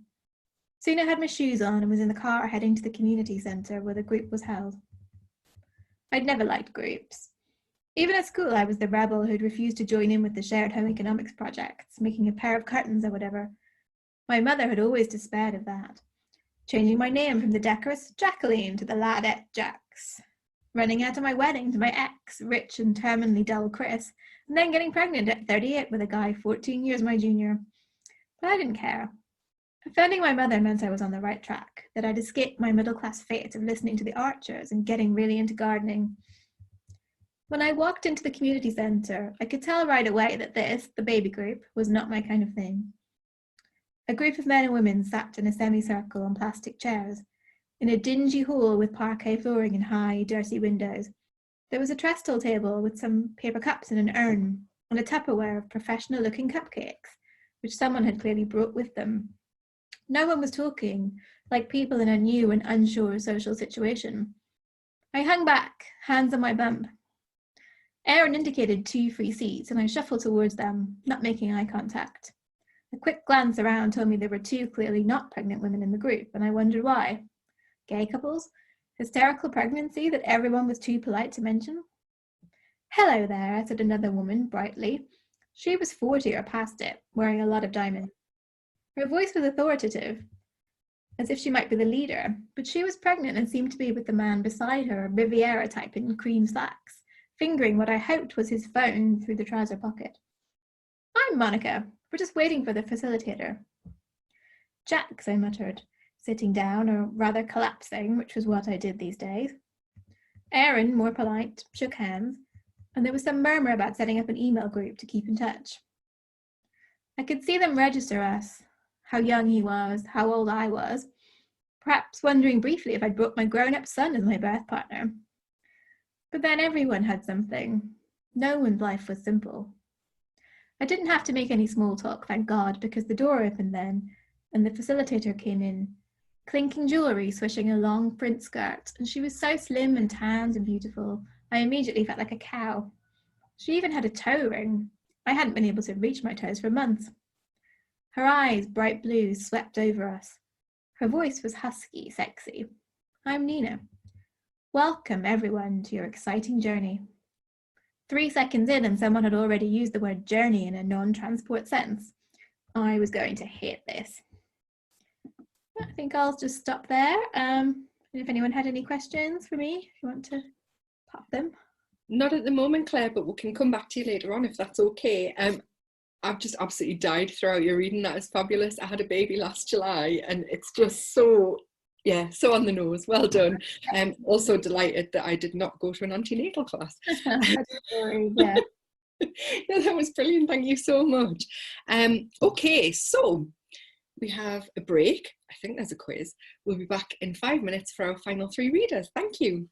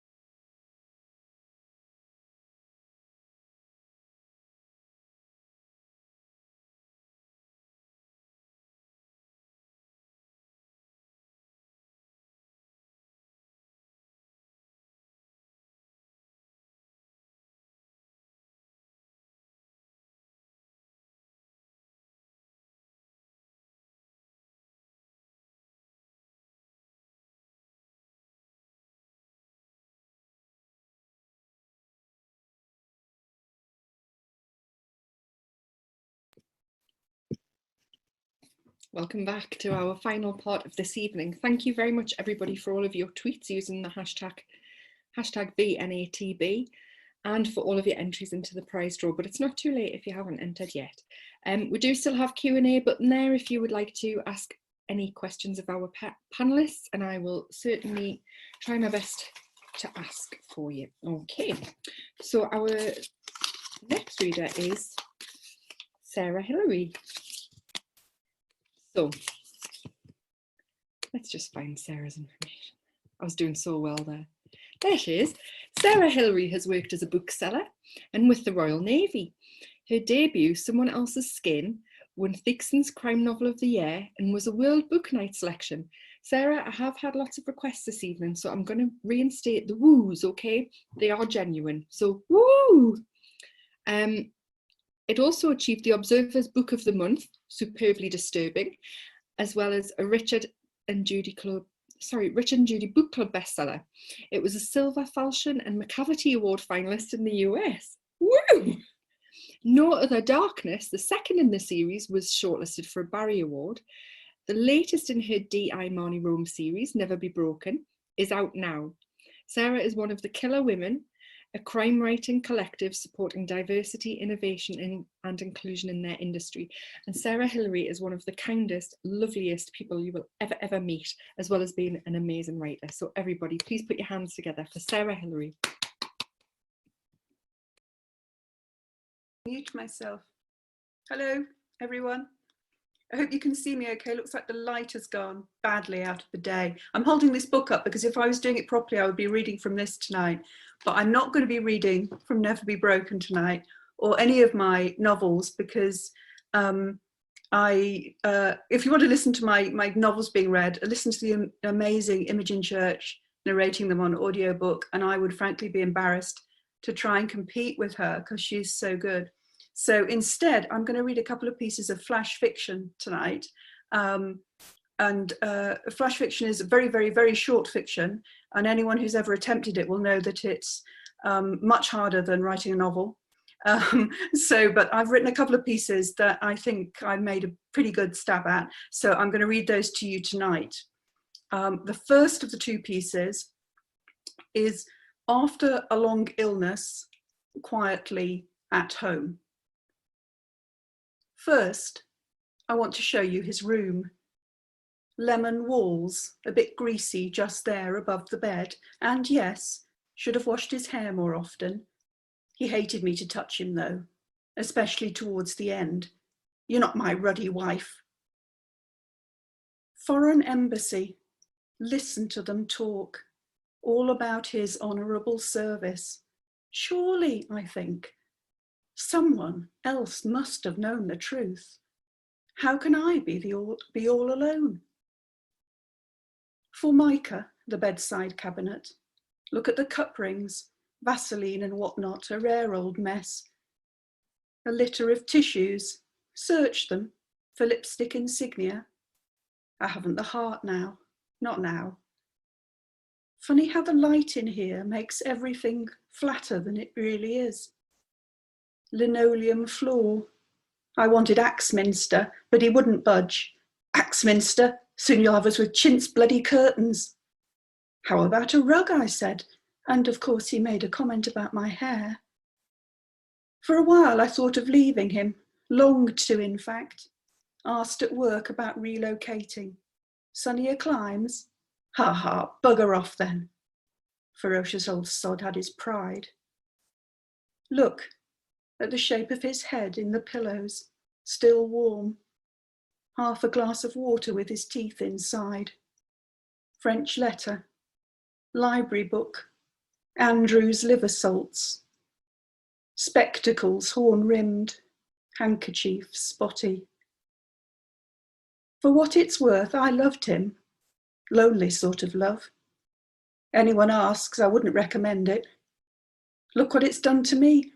Hitting the ditch from the pillows where his head lay. Opening the windows to air a room where I was never welcome. Not even when I brought the breakfast and the post, not once in all these years. I should say those years. Never once, and especially not when I brought the post. Flaming bills. Language, I'd say. and you can sod off. Shall I turn back to bed? He'd look at me then, all sunken chest and self-reproach. And I'd pat his hand and pour the tea, and 2 cups later, he'd be fine. This next piece was first published and in fact is still available online on a website called Everyday Fiction, which is a great website for readers and writers of flash fiction. This is Lolita's Lynch Mob. The reading group met on Fridays, duly baked. Badly, it must be said. Timothy liked to experiment with herbal tea. They convened in the living room by the bay window. Margaret, who'd never got over the end of The English Patient, said, "Why does nobody do Happy Ever After anymore?" Everyone nodded, china cups chattering. "If it were up to me," Richard said, Humbert would have been buggered to death by a bear." "Grisly," Julie approved. "Prison's too good for some." Fervent consensus, the slop of tea in saucers. The group felt strongly about this. They rarely disagreed among themselves, preferring to combine forces to tackle the chosen text, seeing themselves as the last, if late, line of defence when it came to literary justice. It was a week after they'd finished with Lolita that Timothy made the discovery. He arrived waving a penguin paperback of Nabokov's novel. "Here, on page 308. They huddled around to look. Gone was Humbert's tardy remorse as he listened to the children playing sans Lolita. In its place was a graphic description of his suffering at the paws of a big brown bear. Ravished for a 5th time, I was cast aside with indifference, knowing my fate to be both poignant and just. A flurry of excitement followed as the group hunted down as many copies of the novel as they could find, old and new, each time discovering the same thing, that their wish had come true. Lolita now ended with the ursine sodomy of Nabokov's nasty narrator. "Well," said Julie, "what a turn-up." It wasn't just the novel which had achieved this transformation following their energetic vilification of the text. Both film adaptations of Lolita had miraculously altered to reflect their preferred denouement. The James Mason version used a careful cutaway as the bear swaggered on screen. The more recent adaptation was less diffident. The look, they all agreed, on Jeremy Irons' face was priceless. "We did it," Timothy said, between elation and dismay. "We changed the ending forever." "What are we reading next?" Richard rubbed his hands. Margaret held up The Handmaid's Tale. "Do you really think we should?" "Lolita might have been a fluke." "Well, that's true. I mean, what are the chances of it happening twice?" "I'll bake a lemon drizzle," Julie promised. 2 weeks later, they reconvened. Sheepish looks were exchanged. No one liked to say anything. The news blackout was a blessing. They could only guess at how bad things might be in the world outside their village. "No cake, Julie?" "No eggs, Tim." "Oh, well, it's definitely your colour." "Lemon?" "Red." Thank you. Thank you so much, Sarah. I'm just going to stay with you because I've actually got a question for you. How does writing flash fiction compare with when you're writing your Marnie Rome series? Well, I've not written any flash fiction for ages. I really miss it, actually, because I loved writing flash fiction. I think it's a really good opportunity to go really deep into character. I used to write a lot of it before I started writing Marnie, in fact, because I was advised that I needed to get better at writing women. I used to mainly write stories with men in them.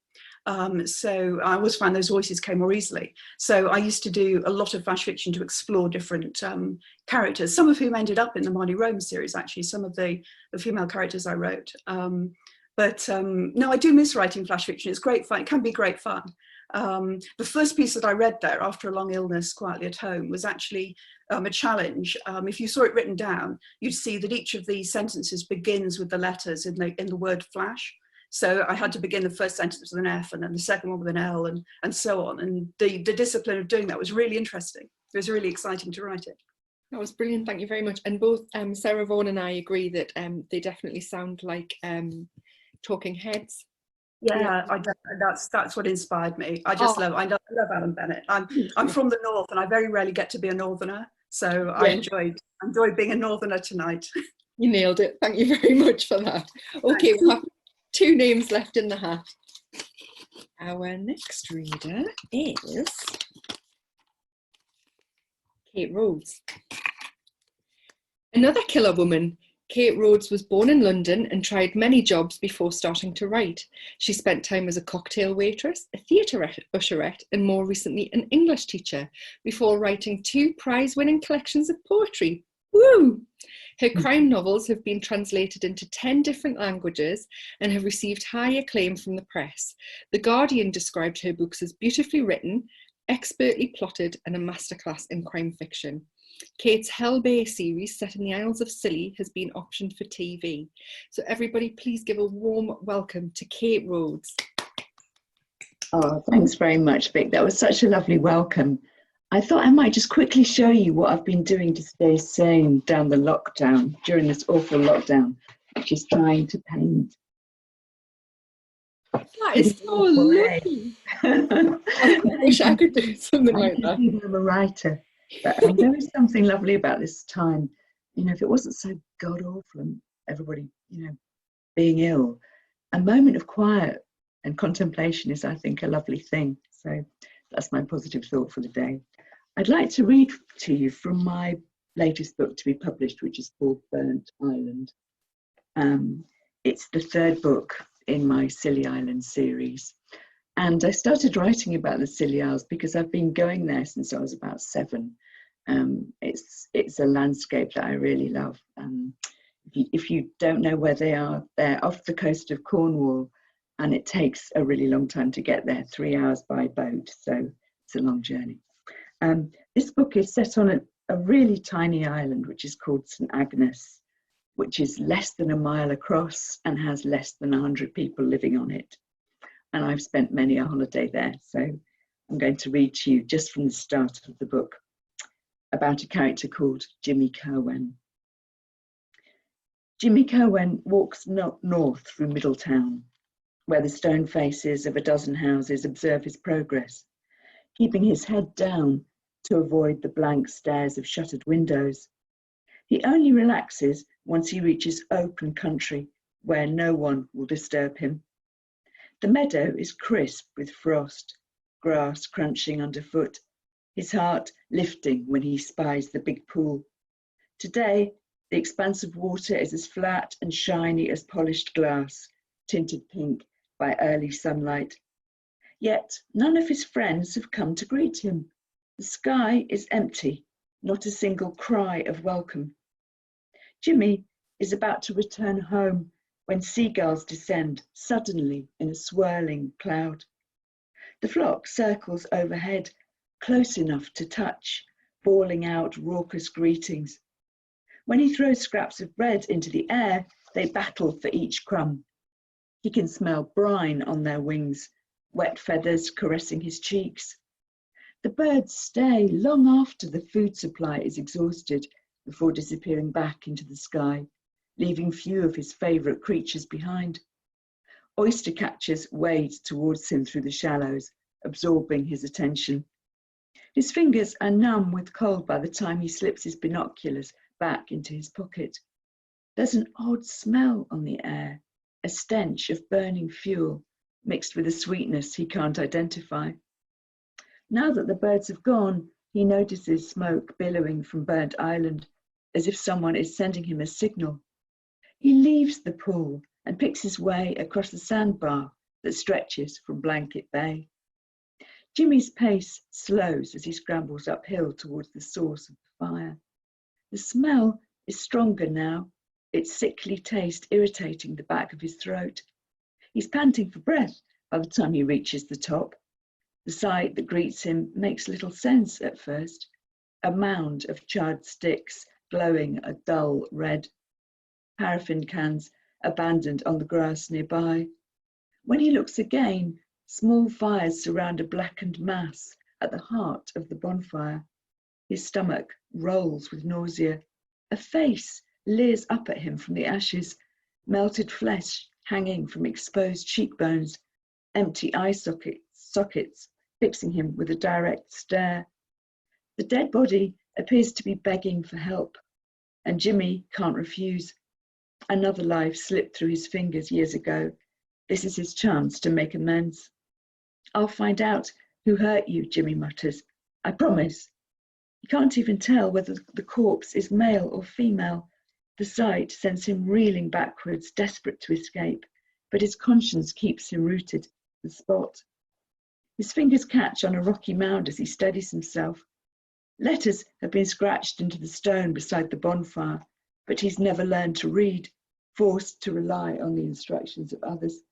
His gaze soon returns to the embers. Jimmy recalls something his mother used to say, always leave something for the dead to show your respect. His eyes smart with smoke and tears as he throws his sheepskin coat over the body, extinguishing the last flames. Jimmy recites the start of his mother's favourite prayer, Our Father, who art in heaven, hallowed be thy name. His words vanish in the smoky air, his grey hair flying on the breeze as he stumbles towards safety. And that's it, the opening of my new book. Thanks for having me. Thank you, Kate. Thanks for sharing that with us. Okay, our final reader is, can you guess? Mhm. It is lovely Sarah Vaughan. So, Sarah Vaughan is the internationally best-selling author of 4 novels. Her 3rd novel, Anatomy of a Scandal, was an instant international bestseller, a top 5 Sunday Times bestseller, #1 in the Kindle charts, longlisted for the Theakston's Old Peculier Crime Novel of the Year 2018, and a Richard and Judy pick. Wow! Translated into 22 languages, the TV rights have been bought by a US producer and writer. Sarah's 4th novel, Little Disasters, was published on the 2nd of April in the UK and will be published later this year in the US, France, Portugal, Sweden and Spain. If not later this year, then definitely next year.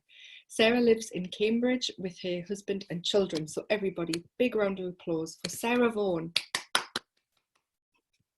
Hello, can everyone hear me? Everyone, yeah? Okay. This feels really weird. I was slightly worried I'd forget how to do it at the end of all this. Okay, so Little Disasters is my 4th novel, and it's, as you say, it was published on the 2nd of April, which was probably the worst time which a novel could be published. Well, in fact, anyone publishing at the moment, it's not great, is it? It's about the darkest reaches of motherhood, about judgment and friendship, and it starts when a very affluent, experienced mother of 3 turns up at a London A&E department on a Friday night with a baby with a bang to the back of her head and a story that doesn't add up. And the paediatrician on call happens to be a friend, someone she's actually known since she started her antenatal group. There's also a gang, a bit like in Claire's book, of friends who've met at an antenatal group. This is 10 years on. And this paediatrician has to make a professional judgment call and work out what's happened in this family. But I'm going to read the prologue, which happens before we discover any of these characters. In chapter 1, we have this meeting between Jess, the mother, and Liz, the paediatrician. But before all that, I really like a prologue. I know some people don't, but there's a prologue which I hope is quite sort of atmospheric. And a couple of years ago when I started writing this, an actress read it out at a Stories Aloud event in Oxford. And several women came up to me afterwards and said they found it a bit traumatic because I think it reminded them of those early months of having a crying baby.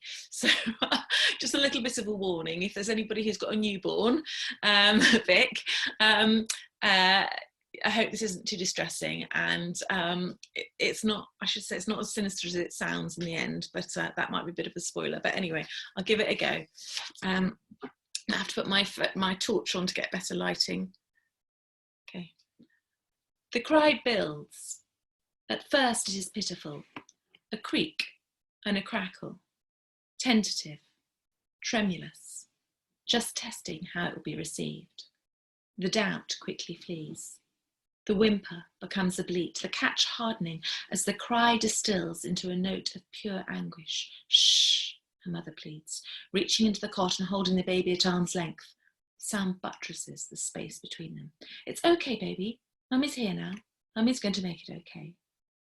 The child stares at her, 11 weeks old, in the fierce grip of inconsolable colic. Her eyes two beads that glower, incredulous and intense. Don't be ridiculous, these eyes say. I am livid, and I'm livid with you. Her face folds in on herself, and her baby grow dampens, as if the rage that is turning her body into a white-hot furnace is so intense it must escape. Shh, it's okay, the mother repeats. She is suddenly wary. Sweat licks the child's brow, and her fontanelle pulses like some alien life form just below the surface of her skin. Evidence of her beating heart, of the blood which courses through her veins and can burst through this translucent spot, as delicate as a bird's egg, so fragile the mother daren't touch it in case it ruptures. The beat continues, insistent, unrelenting, like this baby's uncontrollable rage. The cry cranks up a gear, and she draws the baby close, but the child writhes against her, fists balled, torso arching backwards in anger or pain. It's okay. Who is she trying to convince? Not this baby who's been crying for the past 8 weeks, and not herself, because every time she thinks she's found a fresh solution, a hoover sucking at the carpets, an untuned radio hissing white noise, the rules of this particularly cruel game shift, and she has to think again. Shh!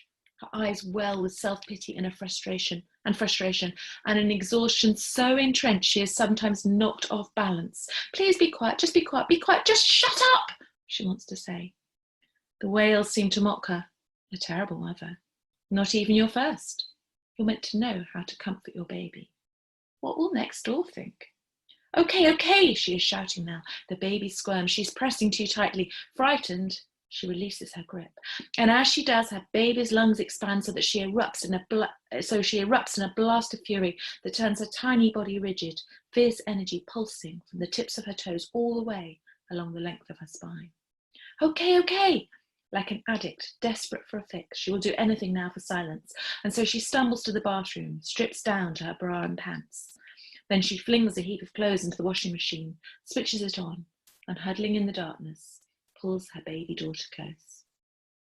The machine starts up, a rhythmic swish as the drum fills the noise, then turns, noisy and repetitive, white noise that is the most potent balm. The cries catch, falter, stop, as the swish and the slosh and the dull clunk of the spinning clothes fill the damp, dark room. She risks glancing down. Two eyes stare back. Please don't cry. Please don't cry. The ears automatic. The baby's bottom lip quivers and the uneasy quiet is broken with a bleat. Great gulps of rage soon drown out the heavy lullaby. Please be quiet, just be quiet. Be quiet, won't you? Just be quiet, for God's sake. It's no good. The walls push in, the heat bears down, and the noise, the terrible crying that has been going on for 3 hours engulfs her. Her eyes burn. She feels like joining in. She cannot cope with this. She cannot cope. She does not know how much more she can bear. They say you should leave your baby when you feel like this. Put her down, close the door, and walk away. Remain elsewhere until you feel calmer. But then the crying will continue, the baby quivering more with anger than a cause that can be fixed, like a wet nappy, pain.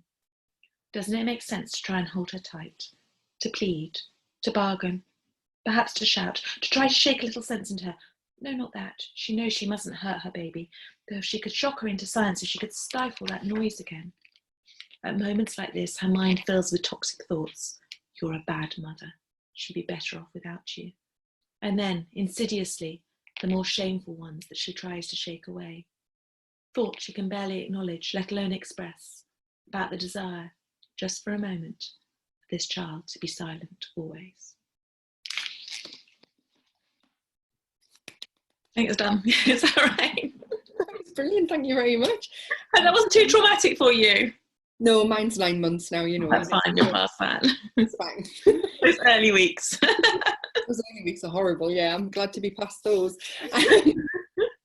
I have to say, the baby who was like that, who inspired that, is now a gorgeous 15-year-old, and we are way past that. So, Oh, and I feel she is owed a lot of commission. They say right what you know. When it was read out in Oxford Blackwell's, my sister and my sister-in-law were in the audience, and they both came up to me and they said, "We know which child you're writing about." But she's lovely. It was just the colic at the early stages. Colic is the worst. Colic is the worst. And thank you so much, Sarah. Thank you for that. And thank you to all of you guys who have tuned in. Thank you to our other lovely authors this evening who've read for us. Thank you to our chat bouncer, Isaac. And thank you to you guys at home for not giving them really anything to do. That's what we like. As you've heard me say throughout the evening, a lot of these writers are very, very busy. Not only are they trying to write, and some of them do day jobs, some of them are also trying to homeschool children. Good luck to them. So we all really appreciate you guys giving up your time to be here. We all really appreciate you guys in the audience coming to spend your Wednesday evenings with us. We appreciate those of you who've donated, but we also know that you can't all do that, and that is absolutely fine. But thank you for helping us keep the lights on, and thank you for coming, otherwise there would be no point in us pitching up every Wednesday. In the meantime, we're back next Wednesday, but if you're looking for crimey things to do in the meantime, the Blood Brothers podcast, listen to it. The Red Hot Chili Writers podcast, listen to it. Tart Noir, listen to it. William Shaw's Facebook page at 4 p.m. every, I believe, weekday, but yeah, every weekday. Go over to William's Facebook page. If you can't be there at 4 o'clock, I believe you can catch up later on in the day. And also, Theakson's Old Peculiar have actually set up an HIF, so that stands for Harrogate International Festivals at Home podcast, where you can listen to highlights from previous festivals as well. And the website that Sarah was talking about earlier was called Everyday Fiction. So if you fancy reading some flash fiction, or maybe trying to post some flash fiction, get yourselves over there now. Thank you to all of you for being here tonight, but especially to those of you, I know there are a few of you in the audience who are key workers, so thank you very much for all you do and for joining us tonight. We're back next Wednesday from 7:30. Tell your friends, hashtag about us. You know, if you've had a lovely night, I hope you have, and thank you very, very much for joining us. We'll see you next week. Thank you.